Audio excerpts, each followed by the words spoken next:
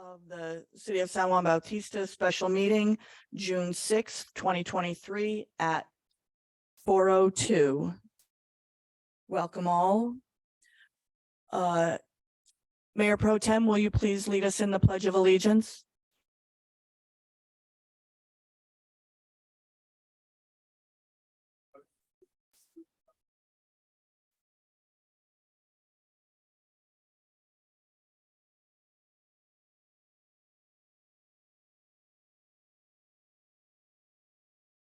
Thank you. There will be public comment. It will be 3 minutes per person, but we are holding it off until the item comes up before the council. First agenda item is the consent agenda. Are there any council members who wish to pull any items under the consent agenda? Mayor Pro Tem Freeman? Thank you. Council Member Morris Lopez? No, Mayor. Thank you. Council Member Sabathia? No. Thank you. I will be pulling item number 2. Do we have any members from, 2 or B? I'm sorry, 2B? Thank you. Or not. Madam Mayor, can I do a roll call I'm first? sorry, can we have a roll call, please? Councilmember Frios, Mayor Pro Tem Freeman, Present. Councilmember Morris Lopez, Here. Councilmember Sabathia, Here. Mayor Jordan. Here. Thank you. My apologies. Are there any members from Zoom who wish to pull an item on the consent agenda? Are there any members in chambers who wish to pull an item not already pulled on the consent agenda? No, it's the same. Thank you. It's already pulled. Thank you. I have pulled 2B and the council should have their revision. The second to the last. Thank you. The second to the last recital, we are no longer in a drought condition. And item number 2 on page 2, line 2, July 4th, 2022 should read July 4th, 2023.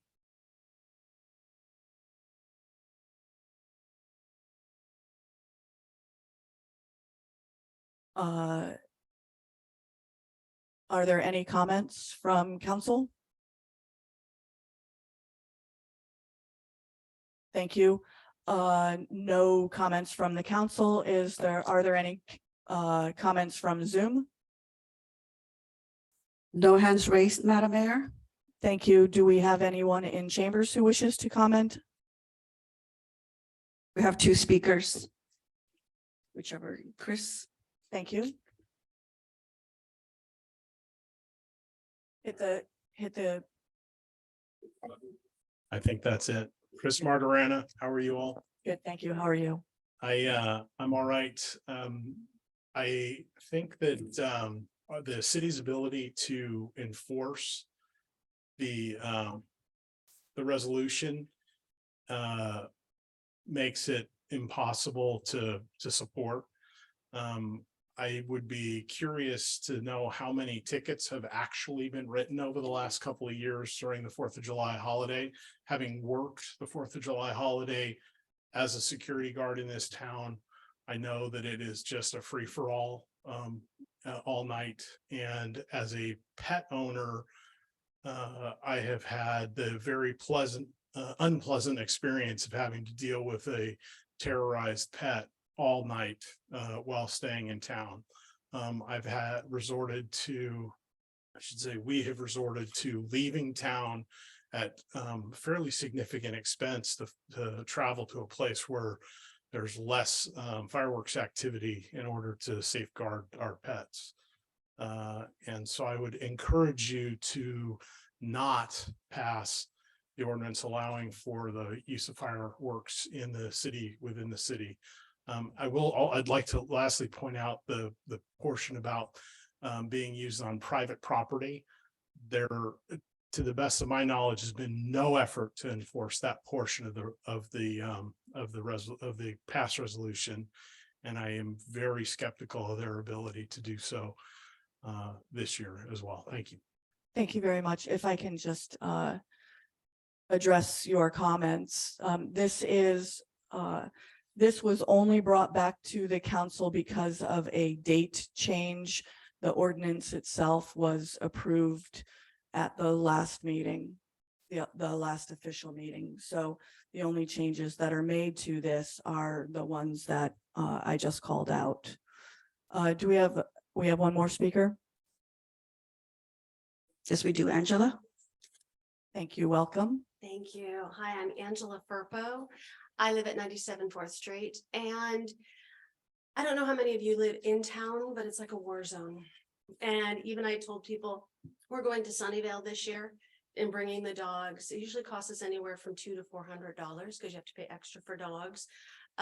When we stayed here in town, my dog crawled into my shirt and stayed there and shook all night. We take turns holding. I've heard from vets who have a difficult time. I understand people want to enjoy the 4th of July. There's places I think that are safer to go, like Monterey by the ocean. You know, the thing, it's explosives. And I know times have changed, but I remember there was a dog who jumped out of a window to escape here in town. And there are more pets in town than people who enjoy fireworks. And I know I've called each and every one of you, except for EJ, you weren't here last year, or I didn't know you last year. But I spoke to even Scott said, hey, don't worry about it. We're not going to do it next year. You called me, I wasn't on. Thank you. Can we let the, Okay. please That's all right. continue? So no, that's all right. But it's just, I just can't believe we're doing it again. You know, I mean, you can say we've had a lot of water, all that. So there's no fear of fire. There's no fear of harm. If anyone wants to come by, I mean, well, we'll have a house sitter, but anyone's welcome to see. It's literally a war zone. So, and even friends that I say, oh, we're going to go and drive fireworks. I go, you should go to San Juan. He's like, oh yeah, San Juan, every street, it's exploding. It's exploding. There was a guy last year putting water on his house just to make sure it wouldn't catch on fire. Says, oh, I says there's nothing I can do about it because I guess, what does it say? I don't have my glasses. No. No, okay. Don't worry about it. Don't worry about it, honey. Oh, well, thank you. Okay. Agenda says rescind. What?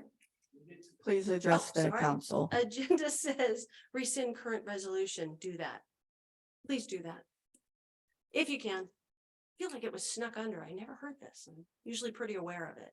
Thank you. So when was this approved?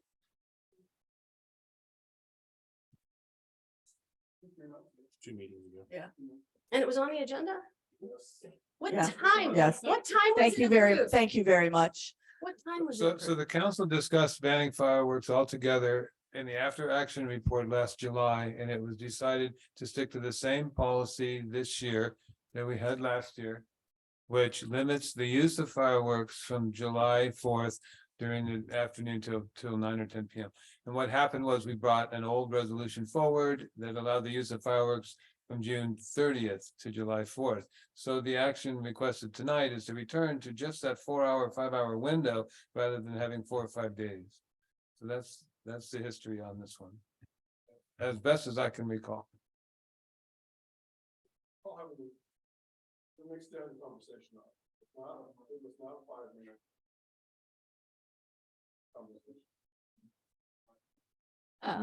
Permission to speak. What was the vote on that at the April meeting? Was it a unanimous?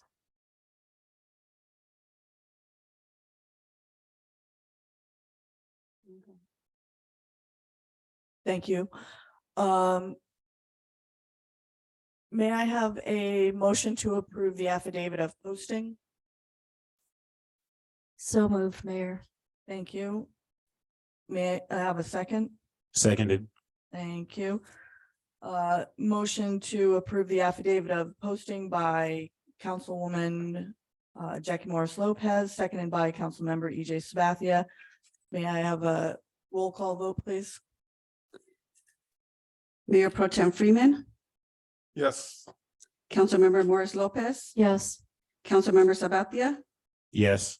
Mayor Jordan, Yes. motion carried. Thank you. May I have a motion to rescind resolution number 2023-28 and approve resolution, the new resolution permitting the use within the city only between noon and 10 p.m. on July 4th, 2023, only on private property for which the owner has given prior permission, and authorizing Anzar High School Booster Club to sell approved fireworks within the city for the July 4th, 2023 holiday as amended. So moved. May I have a second, please? Seconded. Thank you.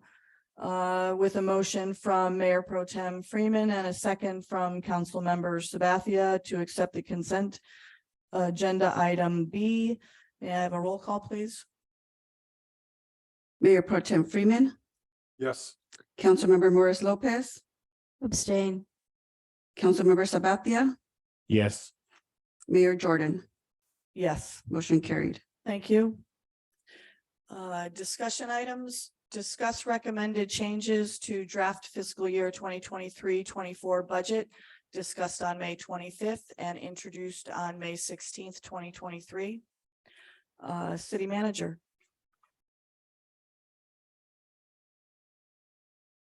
Thank you, Mayor, members of the City Council. Tonight, we're coming back for our second budget workshop. The budget was first introduced May 16th at the City Council meeting. And it's required by law that the city manager bring a budget forward and that it be adopted before June 30th. So we're working towards adopting the budget at the June 13th meeting, as the June 20th meeting has been canceled. So quickly, I'll run through some of the changes. We've been having some great discussions. This is again the second discussion we've had, and continue to work with the council in between budget workshops and learn more as we go. So there are some minor changes in here that you'll see that maybe you haven't seen before tonight. So the general fund revenues are projected to be down 15% from 2.3 million to 2.1 million. And so we have projected general fund expenses decreasing 11% from 2.3 million to 2.1. So we currently do have a balanced budget in a draft form. As noted in staff's report, on an annual basis, we have been subsidizing community development as development revenues are down, and as our community development program focuses on long-term projects like our urban growth boundary sphere of influence project. The ADU project is another example that are work that we're doing that are not offset by development fees. And so we often carry this deficit. So wanted to point that out to the council tonight. The water and sewer enterprise funds continue to build reserves to cover the debt service for our compliance projects. And well, you know what, let me just bring this up. Sorry, I should have brought this up this way. And this is a summary of all of our funds and showing the deficit in community development, as well as a small surplus that remains in our general fund. Moving forward, we have a pretty good $80,000 balance in our gas tax fund. That's our state money used for streets. And in our parking and restroom fund, which is a portion of our transit occupancy tax. In total, well, you can't lump these together because each one is a specific fund. So, but anyway, of course, the assessment districts are going to zero out, and the COPS program is a grant that'll zero out at the end of the year that we use for public safety. So, just in summary, to give you kind of a big picture overview. On the May 25th budget workshop, staff recommended several initiatives from our strategic planning effort, and that effort began with a community workshop in April and continued through last weekend, continues to inform our budget process as well. From that came a reorganization of public safety proposal, small reorganization for city staff, a recommendation to bolster recreation, and to initiate an economic development effort. Economic development effort surfaces a big priority through our strategic planning process. We had some small recommendations and capital improvements amidst our largest project ever is the $18 million force main to Hollister. That sewer line project closed bids on Friday, and we were analyzing the results today with positive outcomes. So that project will be moving forward. It'll come forward July 18th for award. Otherwise, we've have some money budgeted for the Abbey Park ball field lights, redoing those. A little bit of money to bolster our community hall acoustics project. We applied for a $50,000 grant and we did not receive it. So that's to make up for that small hole. To bolster up the Luck Park historical improvements, and conversations with the Historical Society around the gas station. And also hopefully there'll be money remaining that we can actually start to implement the Luck Park master plan. There's a grant opportunity through CE3CE to electrify our fleet. So we're showing that in our capital improvement budget. And the DS lift station needs a little more money to finish its upgrades. We have the pumps, but we need to do all the electrical work for it. So in general, this was staff's takeaways from the last workshop that we conducted. We got support for the public safety reorg. We'd be saving about $21,000 through the elimination of private security, replacing private security with 2 new full-time positions, a public safety coordinator to act as a single point of contact and help manage all of our public safety contracts. And then it was decided, and maybe I'm not clear on this, but there was a discussion about 2 part-time community service officer and code enforcement officer, and the recommendation was to combine those into 1 full-time position. And Citygate agreed with that idea, saying it would really help with stability in the department and less turnover. So we've done that. We've made that adjustment, and let me know if you feel otherwise. For general government, we have a part-time office assistant that will help us to improve our communications with the public and also keep our doors open until 5 p.m. And but we did not feel that there was support for a proposed full-time maintenance worker position or a part-time economic development specialist. So those were staff's recommended changes in the budget and the outcomes. Furthermore, pardon me, do you want to discuss there? Yeah, absolutely. Give you a chance to breathe. Thank you, Andrew. Thank you.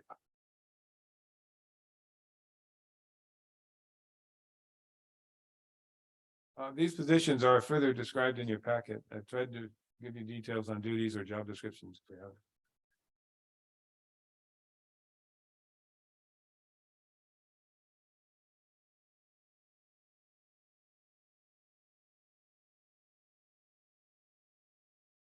So if I may, I was I have, just gonna say, Mayor Pro Tem Freeman, have at it. I have a question about.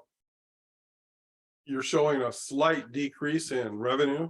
I'm gonna, traditionally, most communities have 3 sources of income: property tax, TOT tax, and sales tax.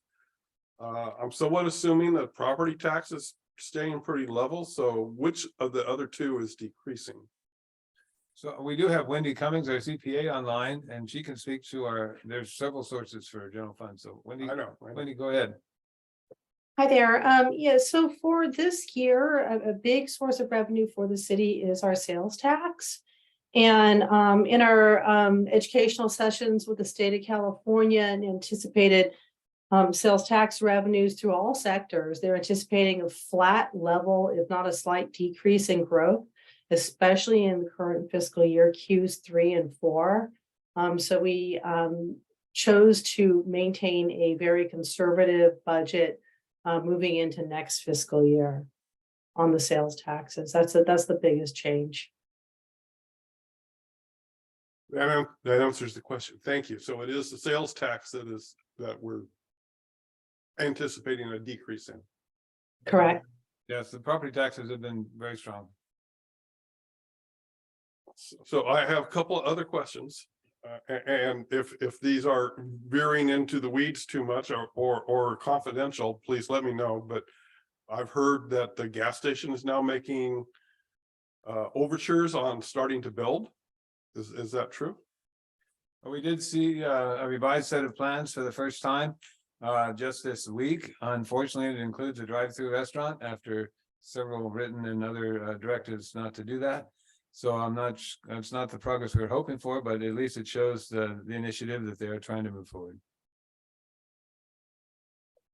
Thank you for that. He needs to, the developer or the owner or the gas station owner needs to be reminded that we have a firm and solid ordinance that Yeah, does not allow that. When it was before the planning commission, there's a road that circles the back of the gas station, and I said, we don't need that road. It doesn't need to circle the back of the gas station because that's only for one purpose, a drive-through. If it's for unloading trucks and such, usually it goes to a dead end, and you know what I mean, a loading dock or something like that, and that would be more appropriate in my opinion. So I can unload trucks easily. So I'm hoping that the plan commission will take that design check, because I just don't want to see the road back there circling all the way around. I don't believe it'll go back to the planning commission. I think it needs to be amended. That's Okay. That's it, period. So Okay. sorry, that's not in our discussion, but I know, but what I'm trying to say is, how soon do you think that can get up and going? as soon as we get a set of plans that we can hang our hat on. Okay, But it could be built in 18 months, so if they could do this. in so 6 months. that's a year and a half, so that won't affect this budget. Okay, that answers the question. Thank you. Thank you. Any further questions on page 3? With the reorg and or job descriptions? Yes. Hang on. Oh, hang on. I'm on, okay. John, do you have any? No, not Thank right you. now. Councilmember Sabathia. Okay, my questions are all about the reorg and the job descriptions. I'm happy to see that some of the discussion trends and topics that we were having are reflected here. Looks great. I just have a question about the community service officer. I looked at the job description here and looked at the previous ones. It looks like we're rolling the code enforcement job description and some of the things we had talked about for community services officer into one single full-time hire. How, and for both of these hires, I guess for all of them, how do we imagine they'll go out and job descriptions will be posted, and how does the interview process work? In the traditional method, right, we would post both positions and we would recruit. I think for the coordinator position, I would like to get a panel, including maybe someone from the Hollister PD and outside agencies. But I think and then we hire that position, and then we allow that position to help, and he and I, or whomever could help do the community service officer position in-house, be a little more efficient and effective. So, Okay. Good combination. All right, and those don't require council vote, right? After we approve the positions. The job description will come to you for approval, and then we'll recruit. Okay. Yeah. No, they're appointed by the city manager. All right, I think that's all I have. I have questions. Councilmember Morris Lopez, you want to hang for a moment? Okay, I have questions on the community service officer. Are these the real job descriptions that we're going with? Are we going to be approving these on the 13th? Or can I ask why we're conducting background checks on individuals applying for gun permits or registering as sex offenders? These are not, but in any means, the real job descriptions. There simply wasn't time to draft a job description for these, especially without having more discussion about the duties and so forth. Okay, So this is something from, same with the economic development specialist. It's called Career Insights, and it's just a list of duties to give you some concrete examples. okay. And to let you know that it's within the salary range that we budgeted. Okay, Yeah, so the one before is a city job description. It was never approved. And so that's typically a job description from City Hall, 2 or 3 pages long. And so this is just summary. okay. I remember seeing the first position years ago. Yeah. And then it came back again in 2001. And now it's pretty much the same as it was before. And it sounded like the community service officer with what these job descriptions are was a higher position than, or needed more, but this isn't what we're going with, so I'm okay with that. Well, I just think the job duties are pretty on target. As far as complaints about nuisances and noise pollution, unkept properties, code violations such as building code, fire hazards, zoning issues, that shows the combination of both administrative citations and code enforcement. Yep, I get that. We don't have a courtroom though. Right, no, So there are things that need to be certain, tweaked. certain. Thank you. So what we're predominantly looking at is the salaries for 72,800 a year for the community service. And 104, I think it was. 104 for the public safety manager. Yes, And then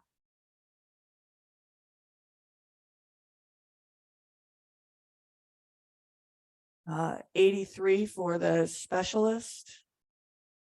well, that position wasn't considered, but Right. that's where we budgeted. That's right. Yeah. Yep, thank you.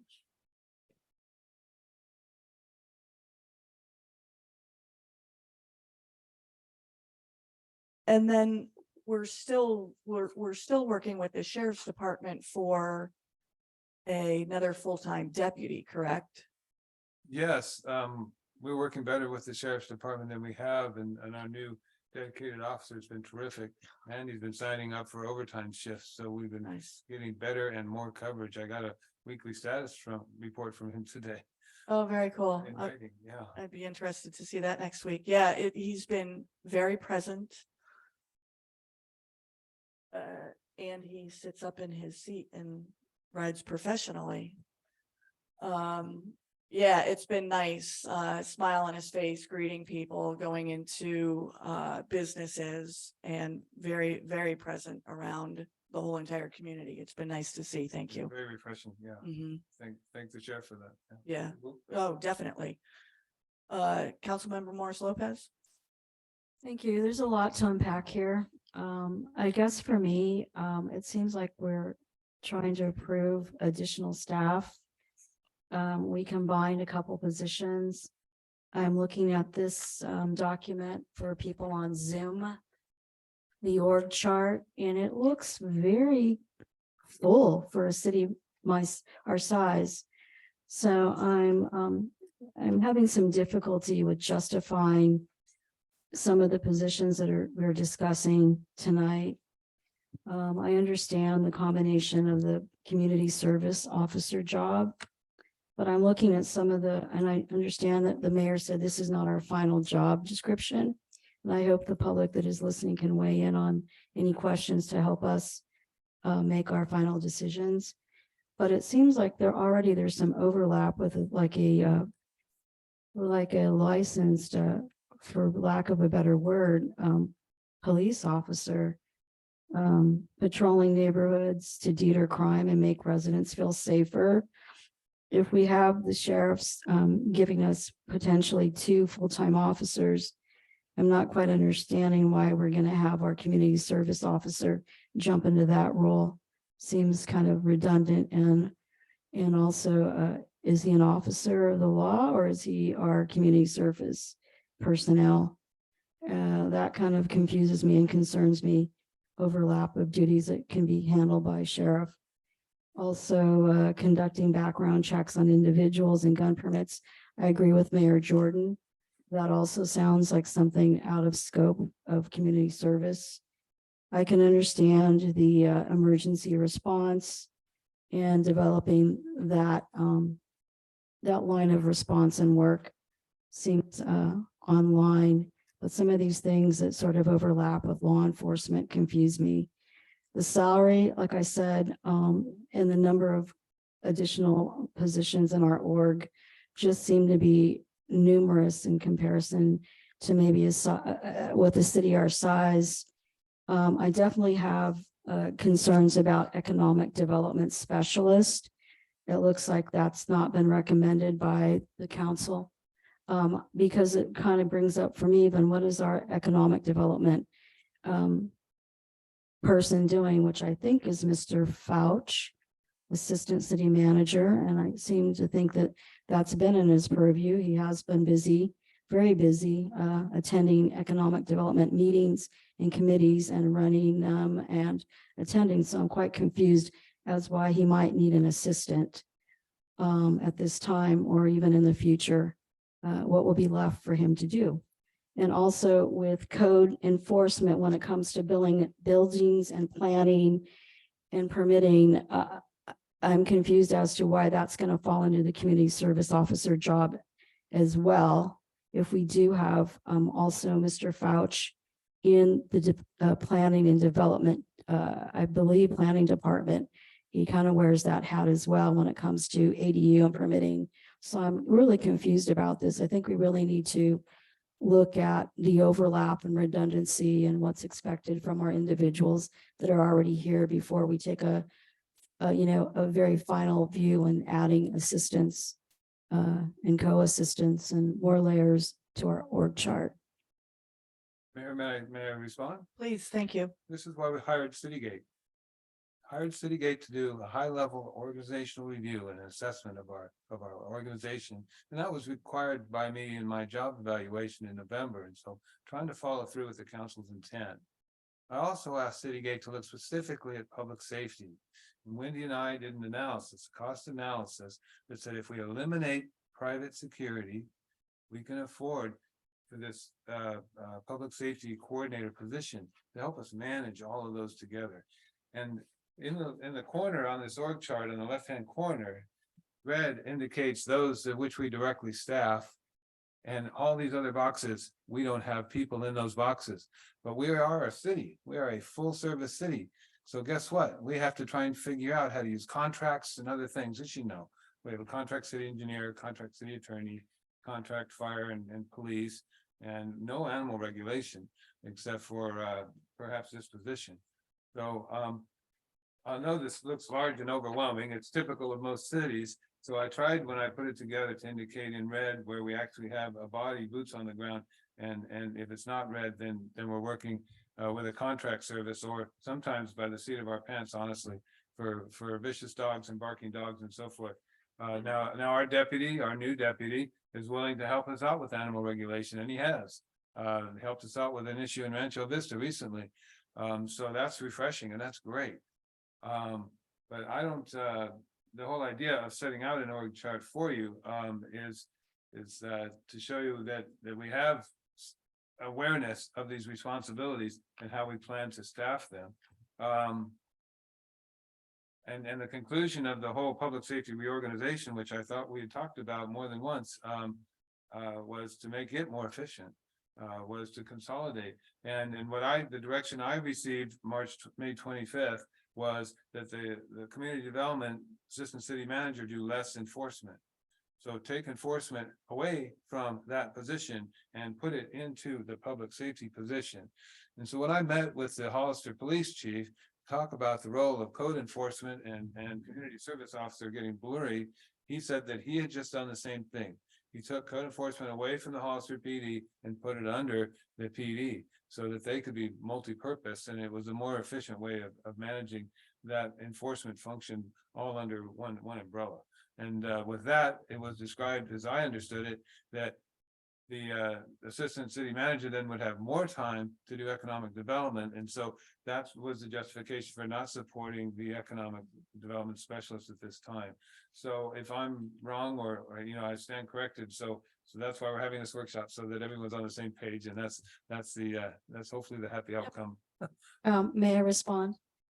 I totally understand, and we maybe respectfully disagree on some things. I feel like Citygate, yes, we hired them. We asked you to bring them in. You brought them in. They've been used in the past. It's to go over our strategic plan. But I still think that, we live here as citizens and council members. And I also hear from, our residents And there's concern on the positions that we're bringing in and how many and the salaries that we're requesting. And so I also not just, I'm here listening, but I'm also representative. People voted for me. So sometimes I may ask questions that have been fielded to me. No disrespect to you or Citygate, but once again, we live here, we know our community. And I can tell you for history, and I know Councilman Friels is not here, but we lived here when there was far less, staff. And the city has not grown exponentially much greater than when we were kids or even young adults. So it poses a lot of question. And as far as, yes, I actually was the council member that did bring up combining the position into one community service officer. I thought would be more efficient and cost effective. I was the one that brought that forward. But I guess where I have a little bit of confusion, and maybe I just need to, just be schooled a little bit better, is I thought with the assistant city manager that he would also more involved with planning and building, where I saw the community service officer, not taking on those roles, and that being more in the city assistant city manager's position. And I can tell you honestly, there's some citizens or residents, I don't like to use citizens because we do have people that maybe aren't citizens yet, but they live here. And myself, still a part of me still questions the need for an assistant city manager full-time. I'll be very honest with you. Okay, thank you.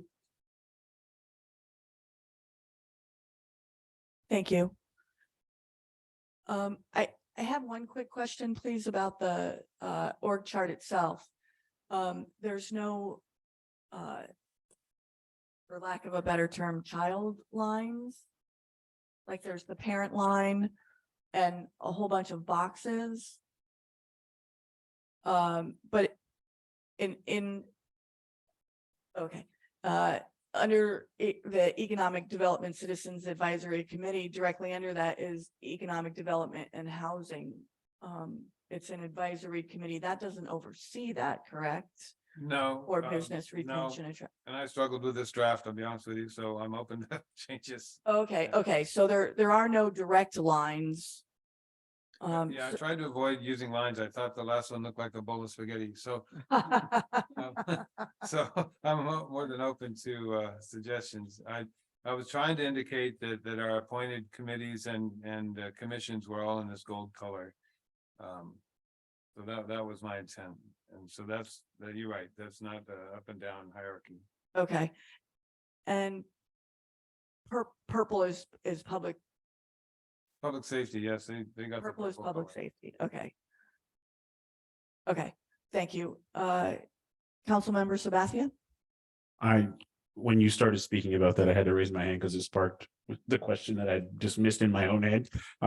My suggestion and having been a consumer and creator of org charts, is to stick with one that is just a simplified version that only includes city staff, so that is very clear, and maybe you have some pages down that go more into duties or are more inclusive with which programs and whatnot work with them, or you zoom in on one specific section and it gives more job duties, but have one that is just people and head count, so that you have a box per person and per head. Oh, okay, many of us have several functions that we do. Yeah, okay.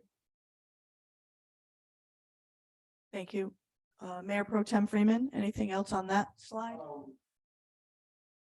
Slide number 1. Or slide number. Got to hit the button. I kind of agree with EJ over there. The org chart gets overly confusing because we're putting a lot into it. We probably, and this might get more confusing, but we need more than one, and one that looks like this, that tells you everything. But you have to really sift through it to see, hey, we don't have that many employees, and et cetera, et cetera, et cetera. And where our employees are at, and where we draw from volunteers, and where we draw from contract services and things like that. So, it'd make it easier to understand for many people, and I understand that, but I don't want to make you do busy work and just drawing up org charts again, because that doesn't really get us to where we need to go either.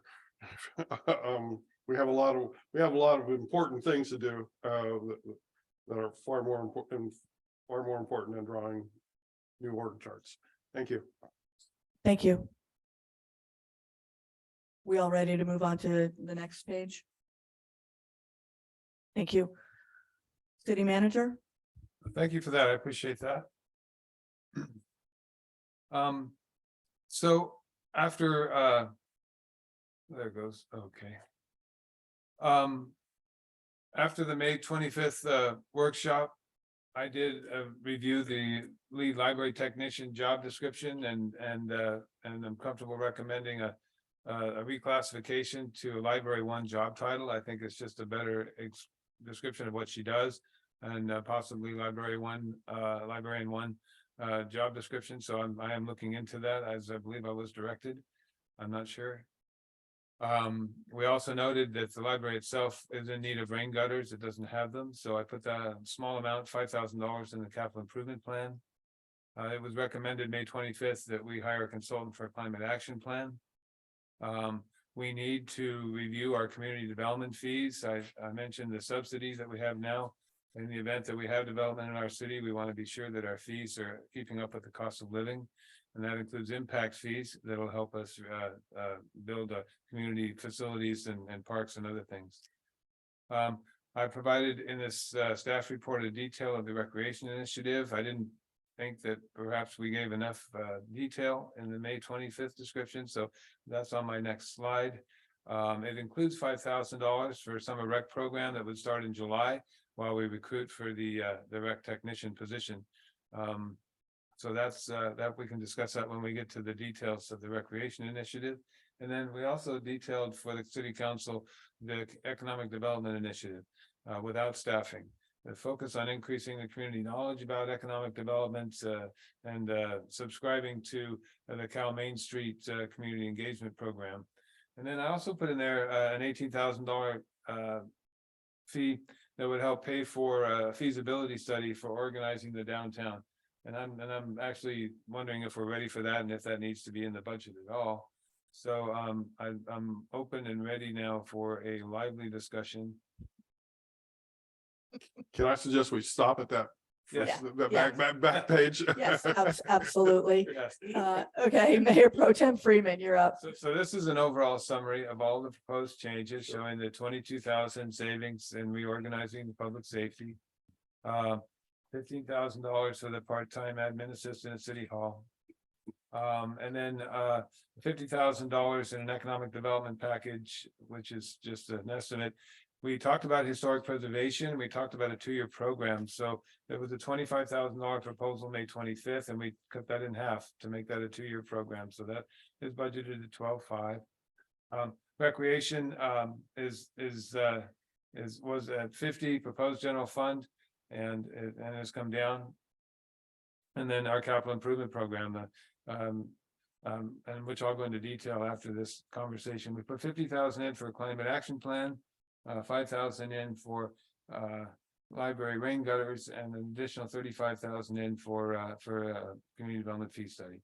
So then on this page is the detail for that. Why don't we just stop right there? Can we go back? Can we go up one slide or back one slide, please? Thank you. June 6th budget workshop. One more. Yeah. There you go. Yeah, that one.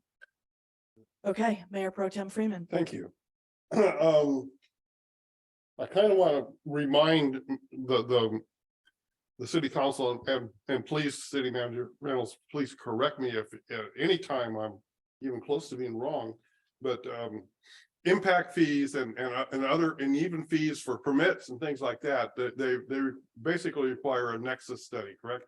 Particularly impact fees. Yes, that's what that is. Yeah, and a nexus study is it's usually done by outside consultants and stuff again, and they figure out how much someone builds a new house and they hook up to the sewer and the water, how much extra strain does that put on our system, and how much money is that worth? And that's what the impact fee should be. And so we haven't done it in a long time, since I think about 2013 or something like that. Yeah, and the city engineer did the nexus study on the back of a napkin. pretty Yeah, much. yeah. And I've told this story before, and so forgive me if you're getting bored with it, but the interim city manager of several years ago said, you know, he was pulling his hair out and saying, this is just not right. You're leaving money on the table. You're not getting enough money from the developers and other people.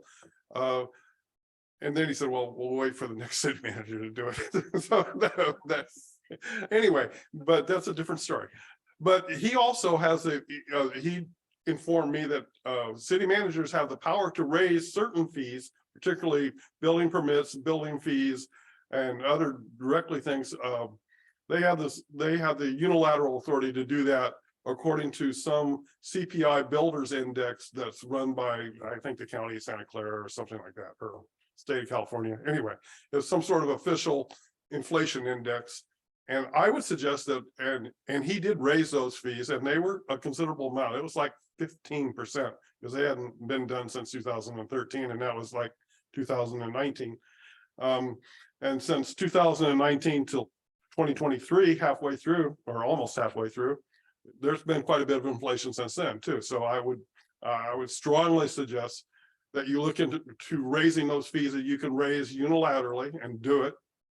And then do it a nexus survey for the rest of the impact fees. I think that would be financially advantageous for the city. Next thing I want to say is I've been in constant conversation with the lady who wants to do the environmental camp at the library, and so you see the number $5,000 instead of $14,000. I kind of talked her down a little bit and said, we really cannot subsidize your entire program. We're already subsidizing in-kind donations of the library and the park and et cetera. And so, you know, so she and I agreed that $5,000 would be a good starting point for her, and she's going to get some outside donations from other private parties. So I think that's good. We need a summer camp for our children. It's important. And when this recreation person comes, and maybe he or she might come in the middle of this program, he or she won't have to do anything, but he'll already see, hey, there's something to do, and I can build on this, and it'll kind of let them hit the ground running, if you know what I mean.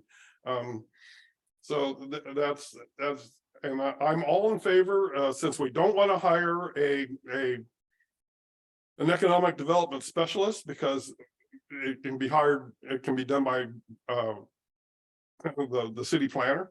I am fully in favor of the EDAC committee having access to the Cal Main Street and the other one, Cal Ed programs, because they themselves can generate a lot of those ideas that person would generate, and they can do it for a much lower cost. They're basically working for free, and the only thing it would cost us is to join the club, which is a statewide club, which we need to be in anyway, particularly if we're going to be a historic downtown city.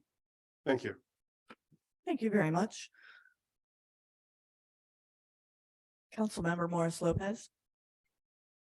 Thank you. So just sticking to this one slide that we're looking at, I may have been asleep, but I'm going to start with the item on the top. I don't recall any of us, maybe I was not paying attention, but I usually am. I am all the time, to reclassify the lead library technician to a library 1. I don't recall that vote. And do we not have a librarian already on staff?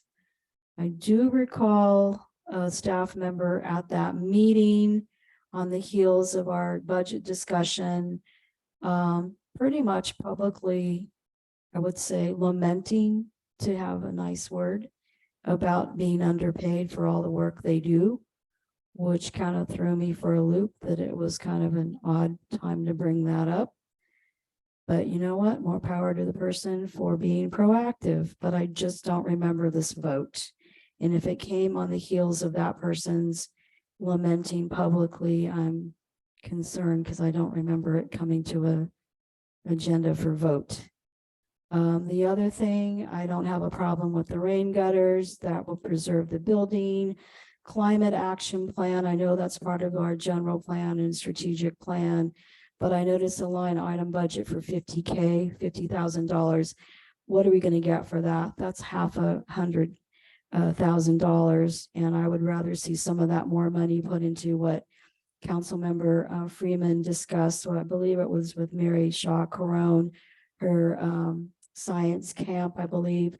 I think her total cost is $14K. It services quite a few children from the area. I would like to see that number bumped up to at least 50% of her program, which is a small $7,500. And the $50K still has me scratching my head. What do we get for that? I'd rather see something tangible and have some more children be allowed for that summer rec program if we can bump her up to 7,500. I know I'm repeating myself, sorry. And then the last item on the slide, detail of an economic development initiative, focus on increasing community knowledge about, I think this is an area where we've just been bombarded with all these extra committees on top of committees on top of committees that have been here for decades. So I have to kind of wait and see how everyone pulls in. But at this time, I'm just really not ready to throw a bunch of money at consultants that don't live on our main street or live in our community. I'd like to think that people that live here, have businesses here, and the residents, we know what we need and we know what we want. It's my comment for right now at this moment. Thank you. Thank you very much. Councilmember Sabathia. Hello. Comments and questions, and maybe we'll go back and forth. Number one, I am happy to see the librarian or library tech. I know we all call her librarian, but her actual job description going from, I'm in full support of it going from technician to librarian one. As someone who was a longtime technician fighting to be an actual engineer, once you make that switch, it's a big deal. And as she said, she does a lot. Making that classification doesn't require a vote, does it? That's within the city manager's purview. It would be a new job description, so I would bring it back. Okay, all right, so and then that would include job description and hours for that, right? Yes. Okay, cool. Currently 30 hours. All right, sounds good. I like seeing, like the others have said, the 5,000 for rain gutters and things for the library. Will there be an audit for, I know we talked about auditing all city-owned buildings for appropriate upgrades. Has that been looked at universally, or are we only looking at a few right now? It hasn't been pursued. Okay. Is that something we will pursue?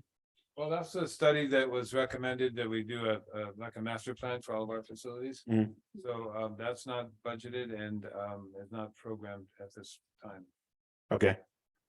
All right. I still think 5,000 is a lot for that summer program. When I looked over the line items for what she was asking and then talked to her, was off put that most of it wouldn't be going for supplies or things for the students, but to actual salaries, which doesn't sit well with me. I'm all for helping children and having programs for them. But we have, a wonderful library staff now that puts a lot of time into and would love to put a lot of time into. I've spoken with them about putting things on for for students in town. And then just when I looked at line for line, everything she was asking for, most of it was salary, which kind of threw me off. And salary for the teachers and instructors. And I think that's it. Thank you. I'm okay with a reclassification as well. Do we have 3 part-time folks in there right now, including Rochelle? 3 positions, I believe, yes.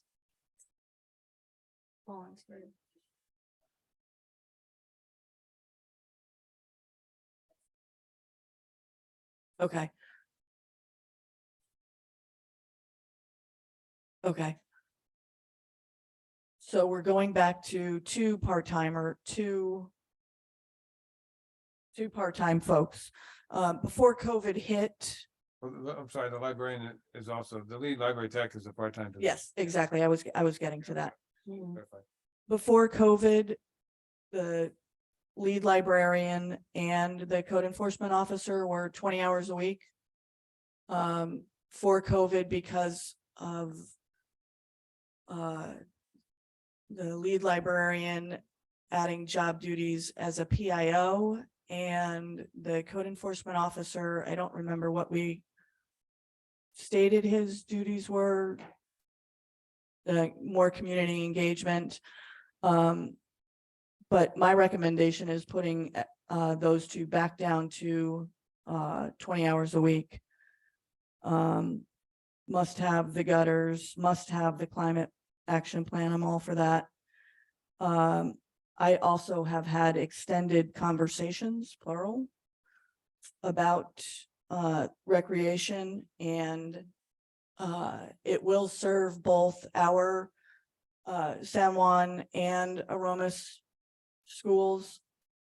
And most of the money is going towards salaries and not towards actual programming and supplies. So I was a little shocked at that. I was actually going to say, let's go down to 2,500. But we'll go to 5 if that's the majority of the council's wish. I'm all for also the California Main Street. I've been on the website several times, and the programming that they have is great, and the more interaction we can have and can help support this community, the better. The EDCAC, Economic Development Citizens Advisory Committee, there is a C in there that some keep forgetting, even members of the committee. It is EDCAC, not EDAC, for clarification. Yeah, I'm not for the feasibility study just because of the flux that we're going through now. But I think that EDCAC will benefit with California Main Street. And saving the city on hiring another position, a couple of $1,000s versus tens of thousands of dollars.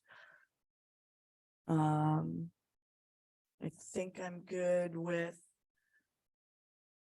Can you go down to page 2 now, please? Thank you.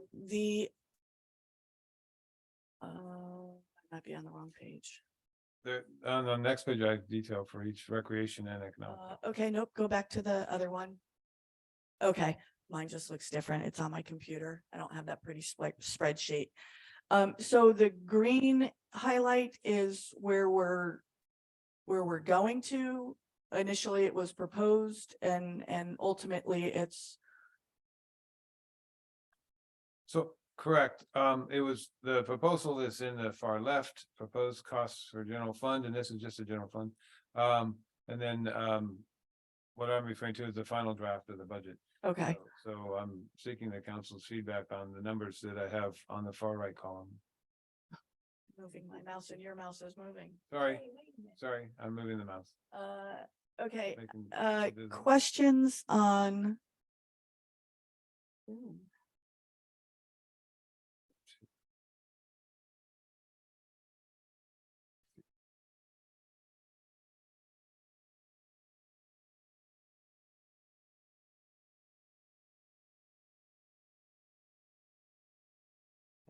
There you go. I have one last question, not if I may. Okay, hang on. Okay. I still get to play. I'm sorry, I thought you were done. Historic preservation, what was that 12,000 for? 12,500? Oh, the inventory update. Got it. Great. 15.4 for recreation. Remind me again, please. line item 5. That's what this is. This is the description of the recreation detail. Oh, okay. And so I tried to just put a little bit of money back into, there's a new summer program funding, 5,000. Program supplies, she was estimating $1,000 a month. And I'm saying maybe $100 a month at 5,200. Equipment and tables, this $6,000 included a new plastic portable stage for $3,000 to $4,000. We have a stage, let's work on developing programs to put on the stage and then we'll buy one. So I'm just thinking $1,200 for painting easels, shade canopies, those kinds of things. Volunteer training, an annual conference for Rec Tech would be about $1,500. So staff and volunteer training, I put a couple grand in there for training because I didn't have it before. So that's how the 15.4 came together.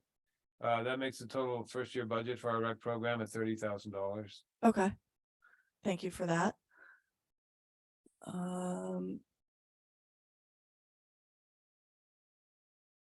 Can you go back up to the previous one? Thank you.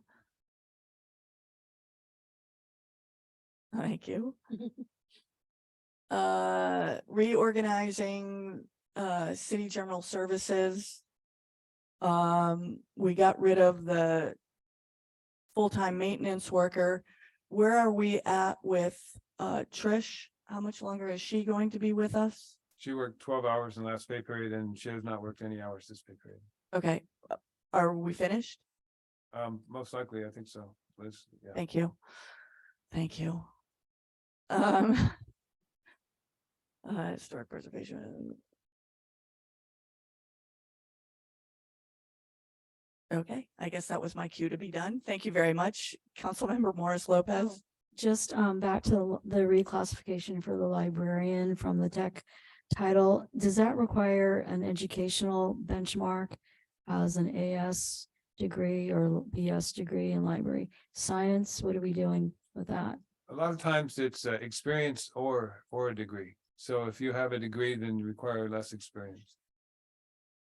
Okay, and so less degree means less salary versus if you're degreed, more salary. No, I'm saying that there's an equivalent. If you have 10 years experience and no degree, then you should be paid the same as someone with 2 years of experience and a degree. Okay, will you bring that all back to us? And I don't know if I'm allowed to ask this and you're allowed to answer the position currently held by the technician that may be bumped up to the next higher position or title with more money. Is that person degreed? I'd have to double check. I didn't hire her and I haven't looked at her application. Okay, because I've always been under the naive assumption that librarian came with a degree, Right. an so advanced degree. that's a really good question. Yeah, thank you. Thank you. I'm not oh, never mind. I'm not sure it's my computer. Sorry, thank you. Councilmember Sabathia. Yeah, I trying not to take personal things into this, but I am a 15 or 20 year engineer with absolutely no degree. And I would put my experience up against anyone's. I am the sharpest tool in my company's engineering bucket, and will always contend to be. And if somebody has that kind of experience, I say we pay them accordingly. Question about the slide ahead that you had shown before I forget, because I have the attention span of a goldfish. We all do. That one, yep. So the $5,200 for program supplies for rec and things, would the woman who wanted to do the summer program have access to that money too? Or is that separate? That would be separate. Okay. I just wanted to make sure that, what did we say last time? No creative accounting in the workshop? No creative accounting. She's got her own budget. She's got Okay, her own budget. okay. Yep, that was my only question. Thank you, Councilman, Mayor Pro Tem Freeman. Yeah, I have a big curveball to throw in here. Last time we met, I think we talked about a budget, or excuse me, a grant that we turned down because we couldn't manage it. And since that time, the Central Coast YMCA, which is located in Salinas and is a rather large organization that covers 3 counties, Santa Cruz, Monterey, and San Benito, if anyone cares, is looking to actively expand in San Benito counties where they have their weakest programs. And the part of the grant that we could not deal with, which was, I'm going to call basic HR functions and things like that, they can deal with, and they do deal with every day. And I'm not certain we would need to negotiate with them, but I'm proposing that we rechase that grant or not turn it down if we haven't already, and add that into our budget and start a close working relationship with the Central Coast YMCA to improve our recreation programs. It'll also give this recreation coordinator another resource and another way to hit the ground running. We don't do much for our children. I remember Scott telling the entire city council that when he grew up, they just threw rocks at each other, and I go, oh, God. Yeah, they weren't required to wear helmets, were they? Okay, but and I remember I grew up in a small town in northern San Diego County. It's now 200,000 people, but when I grew up, it was less than 10,000. So it was not a big town, not even a quarter of the size of Hollister.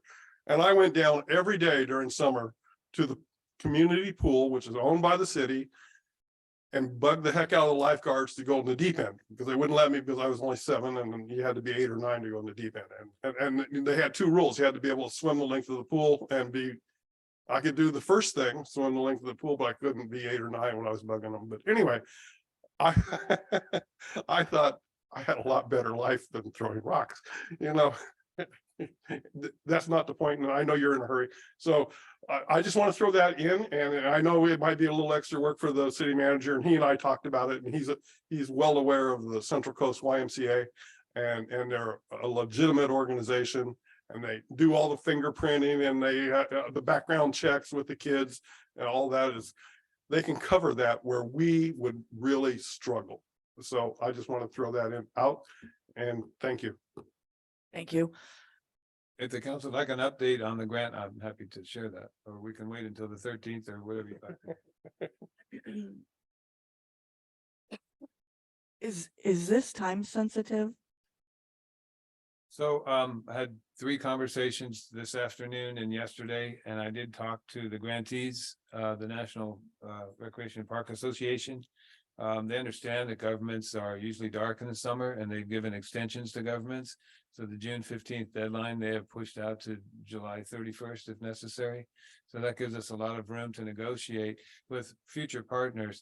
I did ask both the school district and the YMCA if they'd be able or willing to partner with us, and it sounds like they will.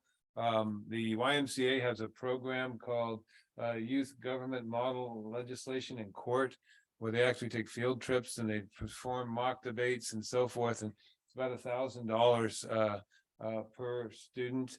And maybe you have a mock city council of so maybe 10 participants, which is a pretty good percentage of our senior student body. Anyway, to cut to the chase, the National Rec and Park Association thought that we could charge 1/3 of our rec technician position to this grant to serve this and other programs, and that they could also put in 10 grand for supplies and other things as John suggests. So I think it's worth keeping the door open on the grant and allowing me to try and build some partnerships and see what we can do with it. Okay.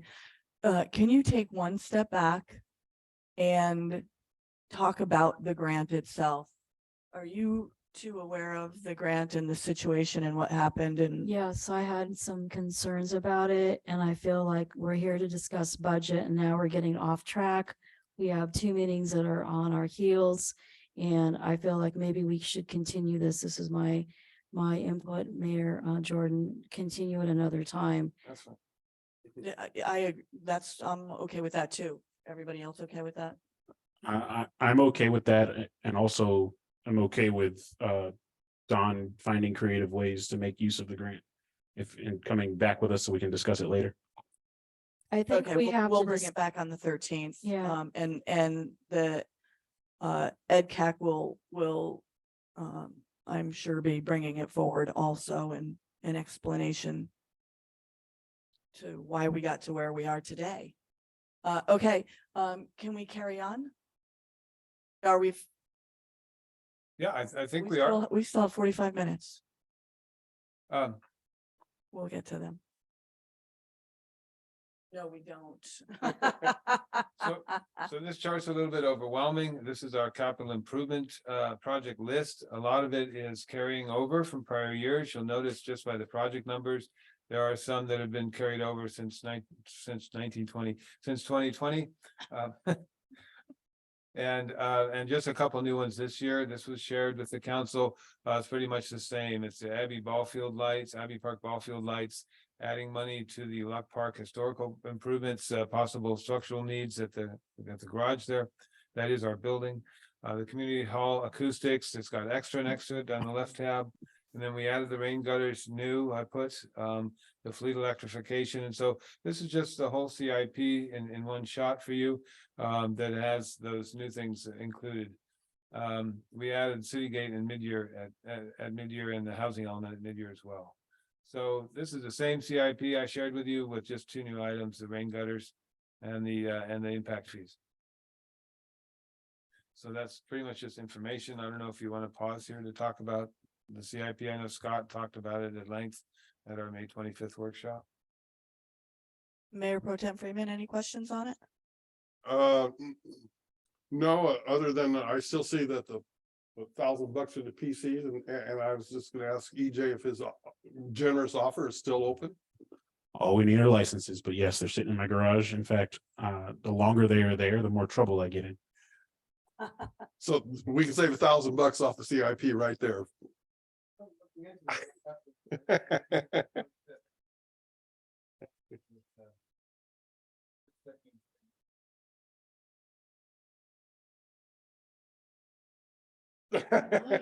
Jeez, that's service. All three of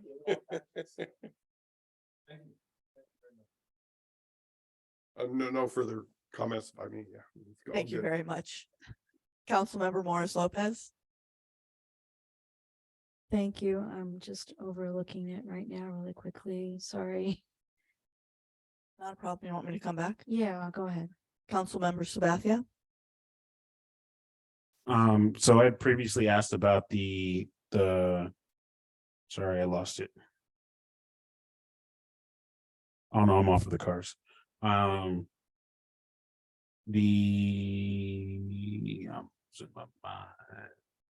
Luck Park historical improvements. I see 75K here. Is that just like an estimate and that none of these line items have been budgeted? They're just estimates? Yes, that's in addition to, have some money set aside for the American Rescue Plan. We put 50 originally aside for, ADA improvements and adding concrete sidewalks for the accessibility to it. When we went to inspect the building, we noticed our cracks, slab, and some other structural deficiencies. We've since learned that the roof is new and doesn't need to be replaced. So in conversations with different members of the Historical Society, I basically said, why don't we put some money aside enough to do a structural assessment and do the improvements right away? And then we'll see what's left in perhaps in January, mid-year, if you want to deprogram that or put it back into the. Awesome. Thank you. That's it. Thank you. Don, can you please get rid of team viewer at the bottom? And There you go. thank you. And the bar at the top.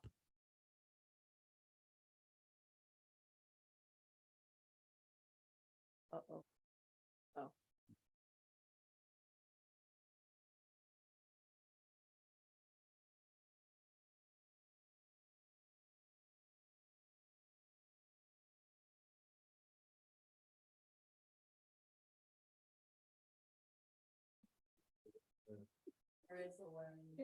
There was a way to hide it, but we're just. Hide video panel, was that it? There you go. Done. Thank you very much.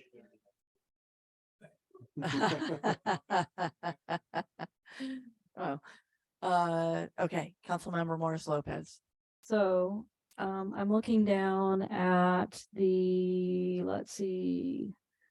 City Gate, we still have them on retainer and we owe them more money and they give us more work. Is that what that budget is? Line item budget for, City Gate on the extra below studies?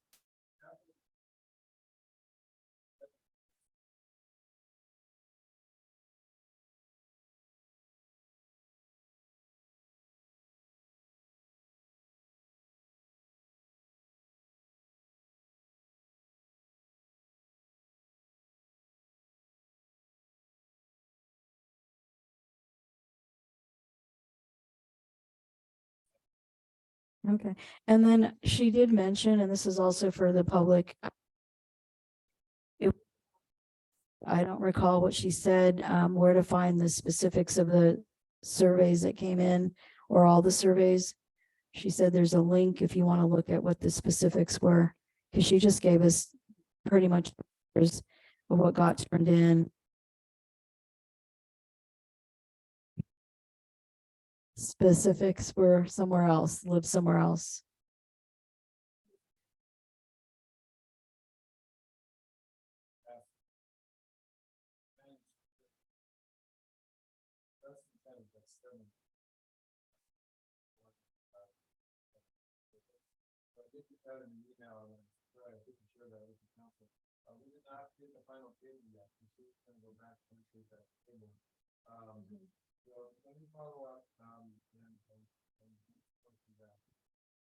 Yeah, the numbers are good, but what I'm looking for and what I thought she alluded to was the specific information and comments on those surveys.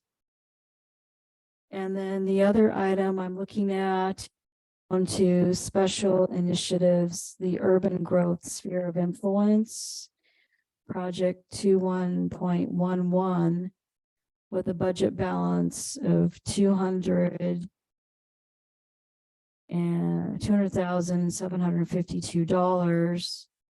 And so far we've spent almost 100 grand of that, almost half of that, less than half of it. The balance 107K.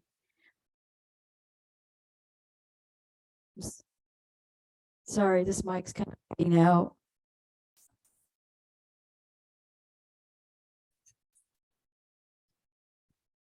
So, city manager, can you answer what that's going for? Certainly.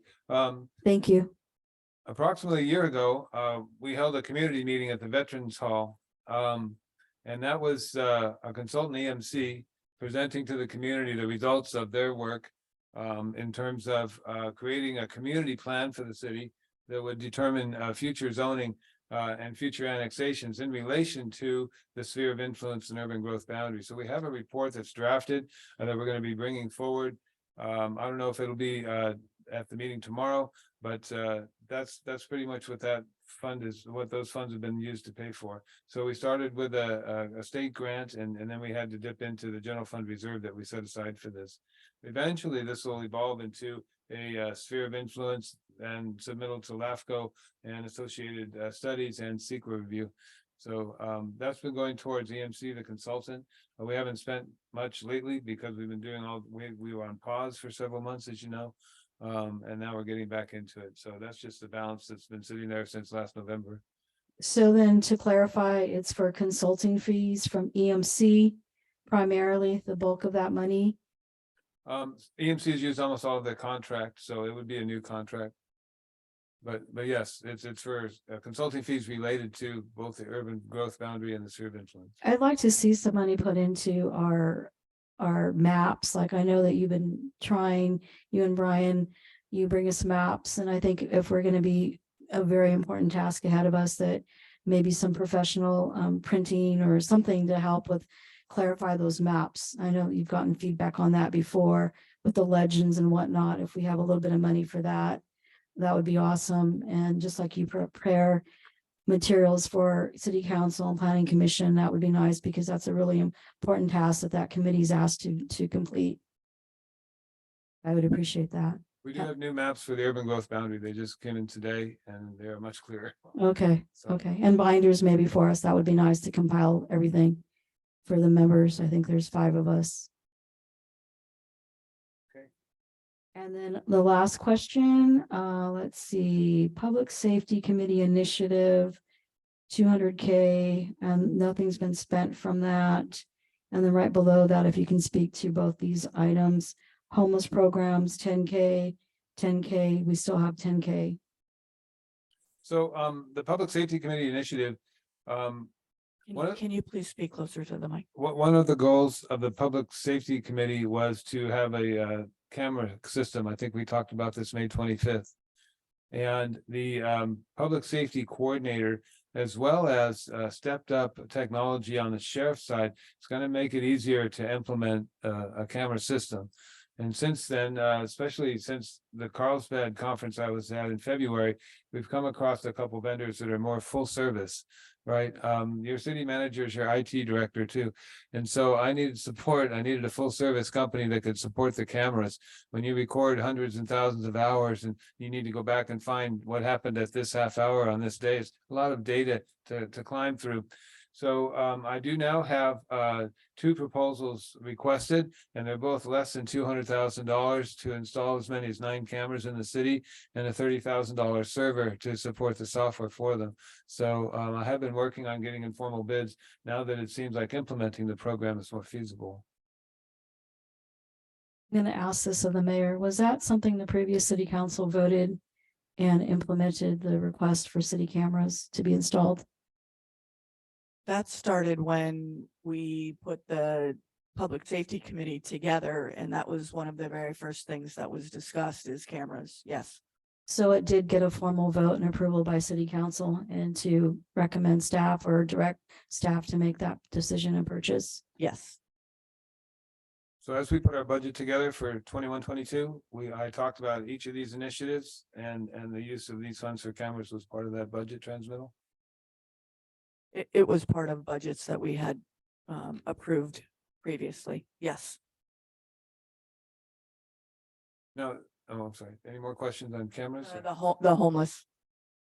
Okay, and just for clarification, this is a budget to go and seek proposals and to bring recommendations back to the council. So I do not have the authority to go buy cameras. That's the council's authority. Right. The budget item, the dollar amount was approved by the council, but RFPs have to go out for that. And Thank you. and Homeless subsequent program. subsequent council approval, right? And subsequent council approval. And Thank you you. had a question about the homeless programs. This item arose during the discussion of how to use federal money with the county. And we decided to enter into a memorandum of understanding with the county during COVID when some onerous grant programs suddenly became available to us. And part of that was to help fund a position for homeless services, and that each agency would pay for their portion. So public health then tried to recruit for this position and could not recruit for this position. So I have to say this has been on the books here in our CIP for probably 2.5 years. And I kind of feel like I can't give the money away. So the county has filled the position, but has never come and asked for it or even provided an update on the homeless programs that we paid for. So your question to me, council member, is what's the status of all of our homeless work and grant money and other stuff that we've committed to that? And I think public health and the city manager owe you a report on that.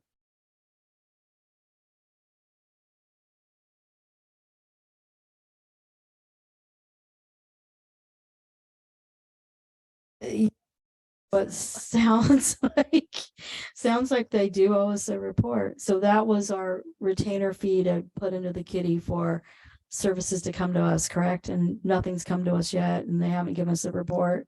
Oh, no, services are ongoing. Yeah, service. But I mean, directly to our city, have we seen anything? I haven't talked to them recently. They were trying to put an outreach team together. Yeah, but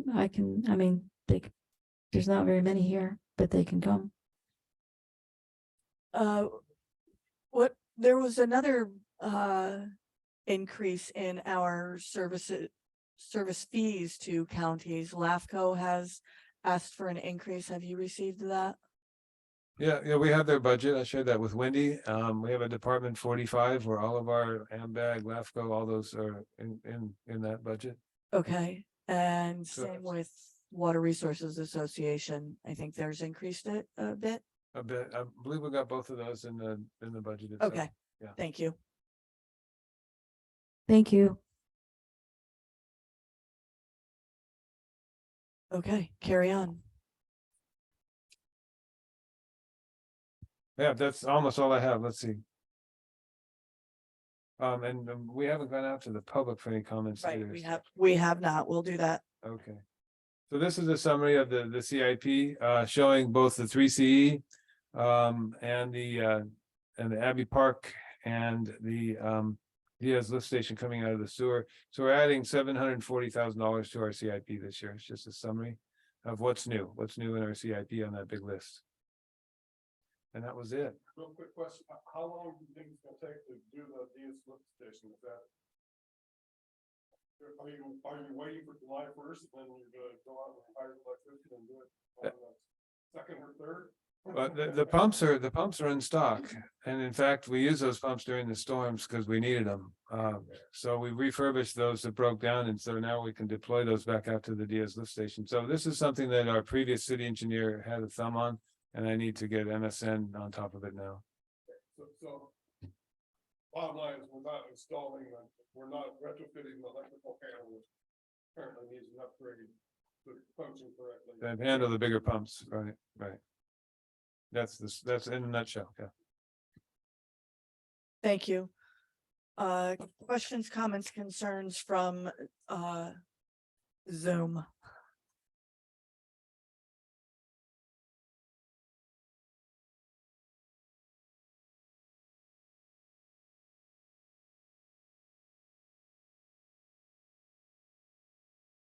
Do we have any hand raised? Any questions from Zoom?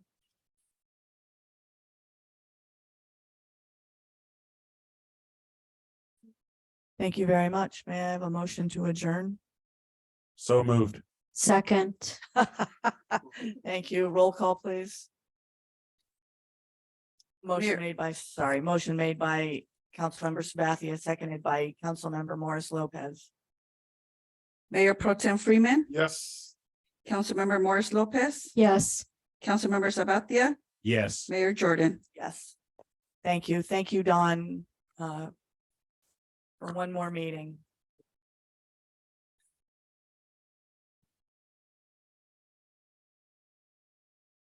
Thank you, and again, a huge shout out.